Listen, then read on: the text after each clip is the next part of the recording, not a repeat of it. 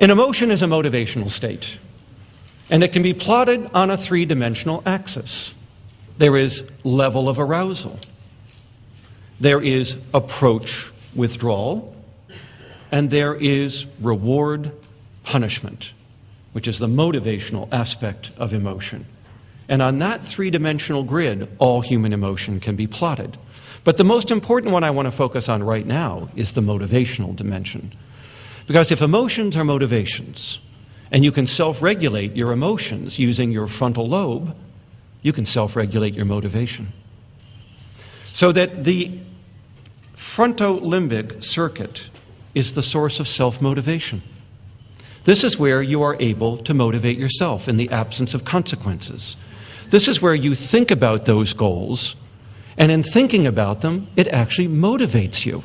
It actually creates a positive, motivational mood state.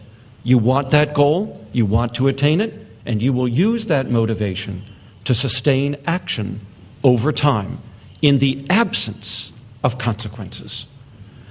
Humans are the only species that can sustain behavior for more than seconds to a minute in the absence of a consequence.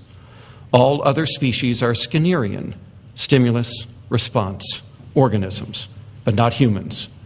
Humans can build in a pause, and in that pause they can aim their behavior further ahead in time, and they can reach into the limbic system and motivate that behavior. This is the source of drive, persistence, willpower, stick-to-itiveness, the ability to chart a course and to dog it to death. As Walt Disney said, the secret of all success is this ability to take an idea and to sustain action toward it in spite of all irrelevant activity going on around you. You know it as persistence and determination. Most adults would refer to this as willpower. And it is what many adults with ADHD who we have interviewed have said that they lack. The ability to engage in a self-disciplined, persistent course toward their goals. They have goals, they have ideas, they have wishes, they have dreams. There are things they hope to accomplish in life, and most of them will never be attained.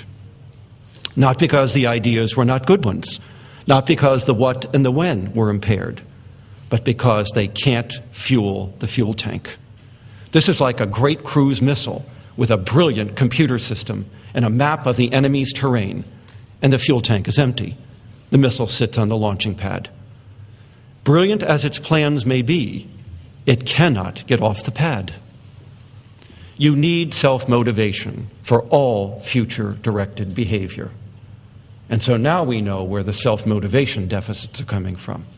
The corollary of this deficit is that people with ADHD will always be dependent on the immediate consequences that surround them for how long they can sustain an action, for how long they can persist. They will be externally dependent on the fuel for their behavior. Others are internally dependent. They generate their own motivational states. So now you know why it is so hard to sustain action toward a goal, because part of the deficit is motivational. ADHD is MDD, motivation deficit disorder, in part.